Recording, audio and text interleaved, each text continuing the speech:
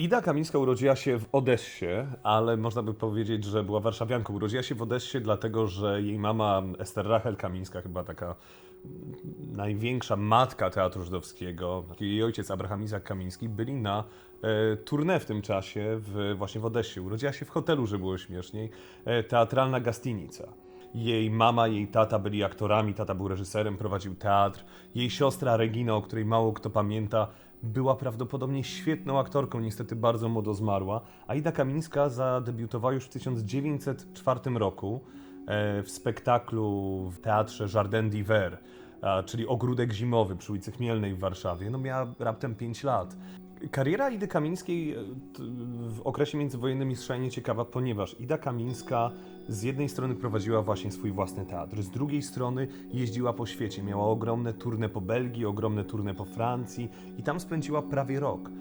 I jest jeszcze jedna ważna rzecz, o której dziś bardzo często zapominamy, o kinie przedwojennym, sprzed II wojny światowej, o tym niemym kinie żydowskim, które oczywiście zaczęło się jeszcze przed I wojną światową, ale w tym okresie powojennym filmy o tematyce żydowskiej i filmy, kiedy później język żydowski brzmiał nam z ekranu, stawały się szalenie popularne na świecie, a Ida Kamińska była jednym z pionierów tych żydowskich filmów, które wówczas powstawały.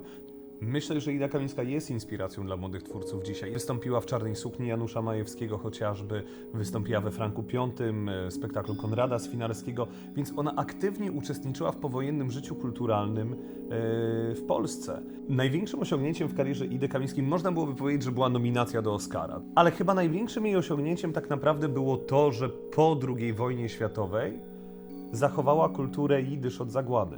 Kiedy 6 milionów Żydów zostało zgładzonych, Ida Kamińska, mimo tego, że nie miała już tej publiczności, nie miała ludzi, którzy tworzyli tę kulturę, nie pozwoliła nigdy na to, żeby została zapomniana. Teoretycznie nigdy nie została wygnana z Polski. Ida Kamińska włączyła rano telewizor, usłyszała towarzysza Gomułkę, jak mówi, że Żydzi są piątym filarem.